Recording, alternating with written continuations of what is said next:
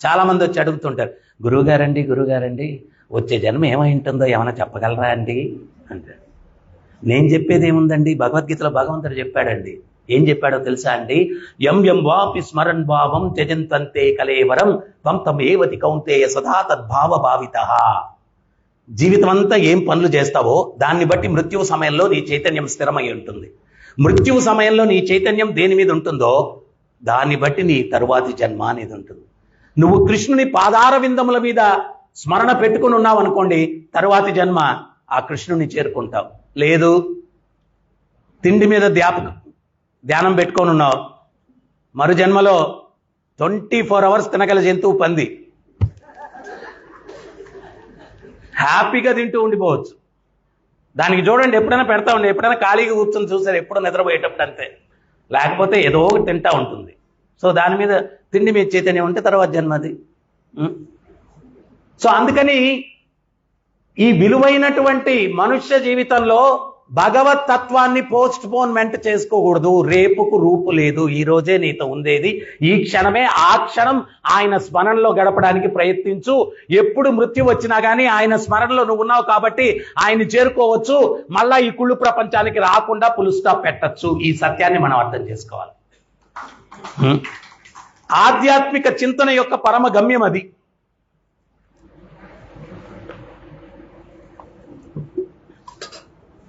అందుకని నారదముని వెళ్ళిపోయాడు. కొన్ని రోజుల తర్వాత వచ్చాడు, ఆ కుక్క కూడా చచ్చిపోయింది, కుక్క కూడా పోయింది. ఆ పిల్లల దగ్గరికి వెళ్ళారే, కుక్క ఏమైంది అన్నాడు. చనిపోయింది స్వామి అన్నాడు. సరేనని చెప్పి ఆయన పొలాల్లో అట్లా నడుచుకుంటూ పోతున్నాడు, నారాయణ నారాయణ అనుకుంటూ. ఆ పొలాల్లో ఒక పాము కనిపించింది. నారదముని చూడంగానే బుస్ బుస్ బుస్ బుస్ అంటుంది. నారదముని అన్నాడు, అరే కైలాష్, ఏంట్రా పాము జన్మ ఎత్తావన్నాడు. స్వామి, కుక్క జన్మలో చనిపోయేటప్పుడు ఆలోచించాను, ఇంట్లో ఉండే విలువైన వస్తువులకి బ్యాంకుల్లో లాకర్లు తెరిచారు, దాంట్లో పెట్టుకున్నారు పిల్లకాయలు. ఇప్పుడు వచ్చిన ప్రాబ్లం అంతా పొలంలోనే. సోంబేర్లు నిద్రలేసేది 10కి 11కి లేస్తున్నారు. పొలంలోకి వచ్చేసరికి చుట్టుపక్కల వాళ్ళు వచ్చి పంట కోసుకొని వెళ్ళిపోతున్నారు, జంతువులు వచ్చి మేసేస్తూ ఉన్నాయి. కుక్క జన్మలో ఉన్నప్పుడు ఆలోచించాను, ఈ పంట ఎట్టబ్బా కాపాడుకోవాలా అని నాకు మహత్తరమైన ఆలోచన వచ్చేసిందండి అన్నాడు. ఏంట్రా మహత్తరమైన ఆలోచన అన్నాడు నారదముని. పాము జన్మెత్తి పొలంలో తిరుగుతూ ఉంటే వచ్చిన వాళ్ళని బుసలు కొట్టి తరిమేయచ్చు, కాపలా కాసుకోవచ్చు అని చెప్పి పాము జన్మెత్తానండి అన్నాడు. ఈ రకంగా మన జీవితంలో బంధాలు జన్మలను ఎత్తిస్తూ ఉంటాయి. మరి జన్మ ఎత్తిన దగ్గర నుంచి పురంధరదాస్ చెప్తాడు, ఆయన ఏమంటారంటే, జన్మ, మృత్యువు, ముసలితనం, వ్యాధి అనేటువంటి ముఖ్యమైనటువంటి దుఃఖాలు రా నాయన, వీటి మధ్యలో ఈతి బాధలు ఉన్నాయి అంటాడు. ఈతి బాధలు ఉన్నాయంటాడు. మరి ఆ ఈతి బాధలు ఏంటి? ఆయన దానికి ఒక కీర్తనే పాడేశారు. ఏమన్నాడంటే, మనే ఇల్లాంతవునికి మనే ఇల్లాంత చింతే, ఇల్లు లేని వాడికి ఇల్లు లేదు అని చింత అంట. ఇద్దేవునికి ఇద్దే ఎంత చింతే, ఇల్లు ఉండేవాడికి రూములు ఎక్కువ కట్టుకున్నాడంటే ఏ రూమ్లో పనుకోవాలని ఆలోచిస్తా రాత్రంతా మేల్కొని ఉన్నాడు పాపం, డిసైడ్ చేసుకోలేక. ఇల్లు ఉండేవాడికి చింత అది, లేనివాడికి చింత ఇది. ఎంతే ఇద్దేవునికి ఇద్దే ఎంత చింతే. భార్య ఉండేవాడికి ఒరే ఈమెను కట్టుకొని అల్లాడుతూ ఉన్నాను రా అని వీడికి ఎడుపంట. ఇంతే ఇల్లాంతవునికి ఇల్లాంత చింతే. భార్య లేనోడికి బ్రహ్మచారి ఎప్పుడు ఆలోచిస్తూ ఉంటాడు, ఒరే నాకు పెళ్ళి ఎప్పుడు అవుతావు, పెళ్ళి ఎప్పుడు అవుతావు. పెళ్ళైనోడికి ఈ బాంధవ్యాలు ఎట్టున్నాయంటే, ఇప్పుడు గజేంద్రుడు కూడా ఆయన ఆ మోహంలో భార్యలు వీళ్ళందరితోటి పిల్లలు వాళ్ళందరితోటి పరివేష్టితుడై ఆ యొక్క త్రికూటాచలంలో సంచరిస్తూ ఉన్నాడనమాట. ఆ గజేంద్రుని యొక్క దగ్గర నుంచి వచ్చినటువంటి వాసనకి క్రూర మృగాలు ఏంటి చాలా మదముతో ఉన్నాడంట గజేంద్రుడు. ఆ యొక్క మదము యొక్క వాసనకి ఆ సింహాలతో కూడా భయపడిపోయా ఎన్ని పారిపోతూ ఉన్నాయంట. అంత అహంకారంతో వెళ్తూ ఉన్నాడు అనమాట. మనకు కూడా ధనము, పరివారము ఇవన్నీ కూడా ఏం చేస్తాయంటే అహంకారాన్ని తీసుకొని వస్తాయి, మాయలో ముంచేస్తాయి మనల్ని. సో భార్య లేనోడికి భార్య లేదు అని చింత, భార్య ఉండేవాడికి ఓరే నాయన ఈవెన కట్టుకొని అల్లాడుతూ ఉన్నాను రా. ఎవడో ఒకడు రోజు సీరియస్గా హనుమాన్ చాలీసా చదువుతున్నాడంట. భార్య వచ్చి అడిగిందంట, ఏమండి హనుమాన్ చాలీసా రోజు అంత సీరియస్గా ఎందుకు చదువుతారండి అనిందంట. భూత ప్రేతాలు స్వప్నంలోకి రాకుండా ఉండాలని చదువుతానువే అన్నాడంట. అప్పుడు ఈమె సిగ్గుపడుతూ అడిగిందంట, ఏమండి నేను ఎప్పుడన్నా మీ స్వప్నంలోకి వస్తానా అండి అనిందంట. అప్పుడు ఆడన్నాడు, అందుకే కదవే హనుమాన్ చాలీసా చదివేది అన్నాడంట. అందుకే కదవే హనుమాన్ చాలీసా చదివేది అన్నాడంట. తర్వాత మక్కಳು ఇల్లాంత ఉనికి ఇల్లాంత చింతే, పిల్లలు లేనోడికి పిల్లలు లేరు అని చింత అంట. ఉండేవాడికి ఒరే నా కడుపున రాక్షసులాగా పుట్టి ఏపుకు తింటున్నారా అని చెప్పి ఉండేవాడు. తల్లిదండ్రులు పిల్లల మధ్య ఉంది ఇప్పుడు బాంధవ్యాలు ఎట్టా ఉన్నాయి. ఒక తల్లి దగ్గరికి ఒక పిల్లోడు వచ్చాడంట, 14 సంవత్సరాల వయసులో వచ్చి, అమ్మ I love you so much అన్నాడంట. అంటే ఏరా ఖర్చులకి ఏమైనా డబ్బులు కావాలా తీసుకొని ఇచ్చేసిందంట. మళ్ళా కొన్ని సంవత్సరాల తర్వాత వచ్చి అమ్మ I love you so much అన్నాడంట. ఏరా కొత్త సినిమా ఏమైనా వచ్చిందా డబ్బులు కావాలా తీసుకొని ఇచ్చేసాడంట. 25 సంవత్సరాల వయసులో వచ్చి అమ్మ I love you so much అన్నాడంట. ఏరా ఎవరన్నా అమ్మాయిని ఇష్టపడుతున్నావా పెళ్లి చేసేయమంటావని పెళ్లి చేసిందంట. 40 సంవత్సరాల వయసులో వచ్చి అమ్మ I love you so much అన్నాడంట. రేయ్ పెట్టమన్న దగ్గర సంతకం మాత్రం పెట్టను రా అనిందంట. అంటే 40 సంవత్సరాల వయసు వచ్చేసరికి వాడి ప్రేమ వెనకాల ఉన్న పరమార్థం ఏంటో తల్లికి తెలిసిపోయింది. సంతకం పెట్టేస్తే ఈదులకు దోలేస్తాడు. పెట్టమన్న దగ్గర సంతకం పెట్టను రా అని. అంటే తల్లిదండ్రులు పిల్లలకి మధ్య సంబంధాలు బాంధవ్యాలు ఇట్లాగా ఉన్నాయన్నమాట. సో ఉండేవాడికి ఉంది అని లేనివాడికి లేదు అని చింత. కానీ ఈ ప్రపంచం చింతాగ్రస్తమైనటువంటి ప్రపంచం ఇది.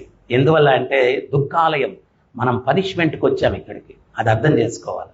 ఎందువల్ల అంటే సామాన్య సమాజంలో ఎవడన్నా తప్పు చేస్తే జైల్లో పెడతారు వాడిని. మనం ఆధ్యాత్మిక జగత్తులో చేసిన తప్పిదం వల్ల ఈ దుర్గా అన్నటువంటి జైలుకి ఇక్కడికి వచ్చామన్నమాట. ఎవడన్నా కానీ జైల్లో నుంచి ఎట్లా బయటపడాలా అని ఆలోచిస్తూ ఉంటాడు. కానీ మనం ఈ మాయ ఎంత పవర్ఫుల్ అంటే ఇక్కడ సెటిల్ అవ్వాలి, జైల్లో సెటిల్ అవ్వాలని మనం ప్రయత్నం చేస్తూ ఉన్నాం. ఇక్కడ స్థిరపడాలని చెప్పి మనం ప్రయత్నం చేస్తూ ఉన్నాం. కానీ ఈ యొక్క దుర్గా అన్నటువంటి జైలు నుంచి బయటపడడానికి మనం ప్రయత్నం చేయాలి. కానీ ఈ కైలాష్ చూడండి, నారదముని ఎన్నిసార్లు అవకాశం ఇచ్చినా మనకు కూడా ఎన్నో సందర్భాల్లో ఎంతో మంది సాధువులు చెప్పుంటారు, నాయనా భక్తి చేసుకొని తరించండి, భక్తి చేసుకొని తరించండి, భక్తి చేసుకొని తరించండి. రేపు చేసుకుందాం, రేపు చేసుకుందాం. ఈ కైలాష్ లాగా లాస్ట్ కూడా ఎన్ని జన్మలు మారుతున్నాడు చూడండి. పాము జన్మ ఎత్తేసాడు, బుసలు కొడుతున్నాడు. అప్పుడు నారదముని అన్నాడు, రే ఇప్పటికైనా ప్రాబ్లం ఏం లేదు, రా నాతోటి పోదాం వైకుంఠానికి అన్నాడు. వీడు అన్నాడు, స్వామి ఒక్కసారి క్షమించండి స్వామి, ఇప్పుడు కానొస్తే పంట అంతా నాశనం అయిపోద్ది స్వామి అన్నాడు. నారదమునికి కోపం వచ్చింది. వీడికి జ్ఞానోదయం కలిగించాలని చెప్పి గట్టిగా చప్పట్లు ధరిచి ఆ ఇంట్లో ఉండే పిల్లల్ని పిలిచాడు. రే ఇటు రండ్రా రండ్రా ఇటు రండి రండి అన్నాడు. వాళ్ళందరూ వచ్చారు. ఒరే మీకు బుద్ధి ఉందంటరా, పొలంలో ఇంత పెద్ద పామును పెట్టుకున్నారు, పని పాటకు వచ్చినప్పుడు కాటేసి మిమ్మల్ని చంపేస్తుందిరా అన్నాడు. అప్పుడు ఆ పాము రూపంలో ఉన్న కైలాస్ బుస్ బుస్ అంటున్నాడు. ఆ బుస్కి అర్థం ఏంటి అంటే, ఒరే నేను రా మీ నాయన్ని రా, పొలానికి ఆలస్యంగా వస్తున్నారని చెప్పి పాము జన్మెత్తి కాపలాగా వస్తున్నాను రా, నేను రా మీ నాయన్ని రా, మీ నాయన్ని రా అంటున్నాడు. ఒరే బుస్లు ఎక్కువ కొడతా ఉంది, కొట్టేండి రా దీన్ని అని చెప్పి కర్రలు తీసుకుని కొట్టేశారు. రూపం మారిపోతే భాష మారిపోయింది, అర్థం కావట్లేదు. వాడేమో బుసల వెనకాల పరమార్థం ఏంటి అంటే, మీ నాయన్ని రా, మీకు సేవ చేయడానికి నేను ఈ జన్మెత్తాను రా అని చెప్పి అడుక్కుంటున్నాడు. కానీ వాళ్ళేమో బుసలు ఎక్కువ కొడతా ఉండి కొట్టేండి రా అన్నాడు. మృత్యు అనేది తెరబడిన తర్వాత ఎవరికి వారే యమునా తీరే, ఒకరికొకరు ఏమన్నా సంబంధం ఉంటుందా? లేకపోతే ఈ బాంధవ్యాలు ఇవన్నీ ఏర్పరచుకొని మనం ఏడుస్తూ ఉన్నాం. కానీ రూపం మారిన తర్వాత ఎవరికి ఎవడు సంబంధమే లేదు. ఈ సత్యాన్ని తెలుసుకుంటే ఈ రూపాల కోసం మనం పడి అల్లాడం. ఇక్కడ ఈ గజేంద్రుడు కూడా తన కుటుంబము తన పరివారం అని చెప్పి వాళ్ళన్నీ వేసుకొని ఆ యొక్క త్రికుటాచలం అనేటువంటి ఆ యొక్క పర్వతం మీద విహరిస్తూ ఉన్నాడు. ఆయన కొలంలోకి వెళ్ళాడు. అక్కడ వాళ్ళందరికీ కూడా వాళ్ళతో పాటు స్నానాలు ఆచరిస్తూ ఉన్నాడు. ఆ కొలంలో సుగంధమైనటువంటి దివ్యమైనటువంటి ఆ యొక్క జలాన్ని తాగి ఆయన అలసట తీరాడు. ఆ నీళ్లతోటి తన భార్యకు పిల్లలకి అందరికీ కూడా నీళ్ళని చల్లుతూ ఉన్నాడు, విహరిస్తూ ఉన్నాడు అనమాట. కుంతీదేవి చెప్తుంది, ఏమని చెప్తుందంటే, ఆయన యుద్ధం అయిపోయింది, కృష్ణుడు ద్వారకి వెళ్ళిపోతూ ఉన్నాడు. ద్వారకి వెళ్ళిపోతూ ఉంటే పరుగు పరుగున వచ్చింది, స్వామి కష్టాలు ఉన్నప్పుడు మాతో ఉన్నారు, ఈ రాజ్యము ఐశ్వర్యము భోగాలు అన్నీ ఇచ్చి మా నుంచి దూరం అయిపోతున్నారు, మీరు లేనటువంటి ఈ ఐశ్వర్యము భోగాలు ఇవన్నీ మాకు దేనికయ్యా? తిరిగి కష్టాలు ఇచ్చి మాతో ఉండిపోండయ్యా అని చెప్పి అడుగుతుంది. తిరిగి కష్టాలు ఇచ్చి మాతో ఉండిపోండయ్యా అని అడుగుతుంది. ఏమనుకుంటారు అంటే, వా దేవుడు ఎందుకు కష్టాలు ఇచ్చాడు, దేవుడు ఎందుకు కష్టాలు ఇచ్చాడు, దేవుడు ఎందుకు కష్టాలు ఇచ్చాడు. కరుణతో ఇచ్చాడు, ఆ సత్యం తెలియదు మీకు. కరుణతో కష్టం ఇచ్చాడు.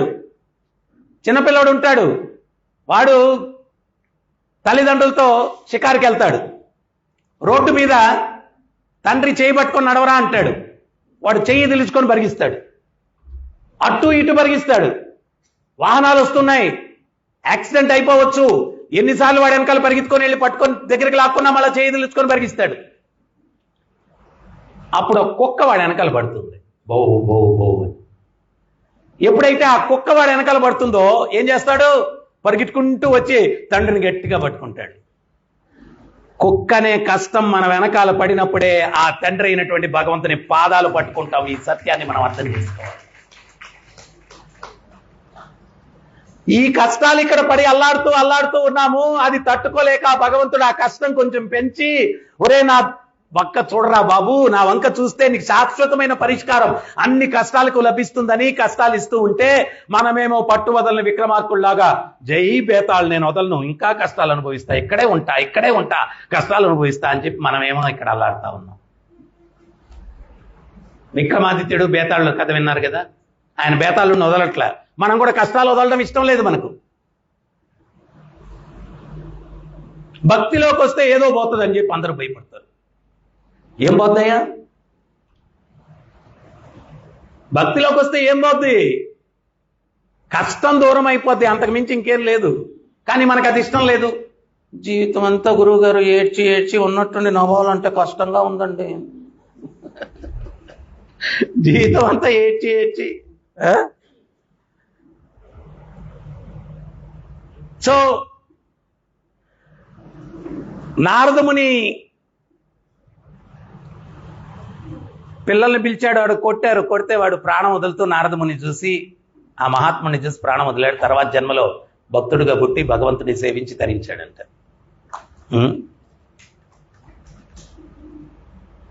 అటువంటి నారదమునే శిల ప్రభుపాదుల వారు. ప్రతి ఊరు, ప్రతి నగరం, ప్రతి గ్రామంలో కూడా ఆ మహాత్ముని యొక్క సంకల్పం వల్ల ఈరోజు ఆ సత్యం, జీవిత పరమార్థం, మనుష్య జన్మ యొక్క పరమార్థం తెలుసుకునేటువంటి అవకాశం అందరికీ లభిస్తూ ఉంది. సాధువుల యొక్క, వైష్ణవుల యొక్క మనోభావం ఏంటి? వైష్ణవ అంటే నిర్వచనం ఏంటి? విష్ణు భక్తుడు వైష్ణవుని యొక్క నిర్వచనం ఏంటి అంటే, పరదుఃఖ దుఃఖి, ఇతరుల యొక్క దుఃఖాన్ని తన దుఃఖంగా భావించేవాడే విష్ణు భక్తుడు, వైష్ణవుడు అని చెప్పి శాస్త్రాలు చెప్తూ ఉన్నాయి. మనం ఏంటి? పరదుఃఖ సుఖి. ఎదుటోడుగా ఏమన్నా నాశనం అయిపోతే ఆనందం చిందులేసేస్తాం.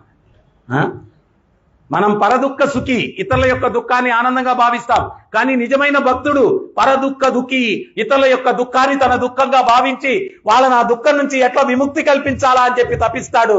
ఇది విష్ణు భక్తుడు, వైష్ణవుడు, వైష్ణవుని యొక్క నిర్వచనం.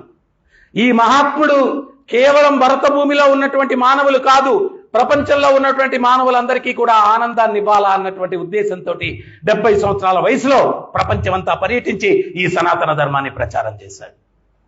ఒకసారి అమెరికాలో ఆయన ఉపన్యాసం ఇచ్చిన తర్వాత ఒక వ్యక్తి లేచి అడిగాడు, మీరు అమెరికాకు వచ్చి ఏం చేశారు గురువు గారు అన్నాడు. అమెరికాకు వచ్చి ఏం చేశారన్నాడు. స్వామి ప్రభుపాదుల వారు అమెరికాకి వెళ్లే సమయంలో హిప్పీ కల్చర్ ఉండిందంటండి. హిప్పీ కల్చర్ అంటే వాళ్ళు మాదక ద్రవ్యాలు అన్నీ అనుభవించి ఎక్కడ ఆనందం దొరుకుతుంది, జుట్లు పెంచేసుకొని పిచ్చి వాళ్ళలాగా వాళ్ళు విసర్జించిన మలంలో వాళ్ళే దొల్లుతూ మత్తులో అటువంటి పరిస్థితుల్లో ఉన్న సమయంలో ఆయన అమెరికాకి వెళ్ళి ఈ సనాతన ధర్మాన్ని ప్రచారం చేశారు. అప్పుడు ఆయన చెప్పారు, నేను అమెరికాకు వచ్చి ఏం చేశాను అంటే హిప్పీలను హ్యాపీలుగా మార్చాను అని చెప్పారు ఆయన. హిప్పీలను హ్యాపీలుగా మార్చాను అని చెప్పారు. ఆయన బ్రిటన్కి వెళ్ళారు.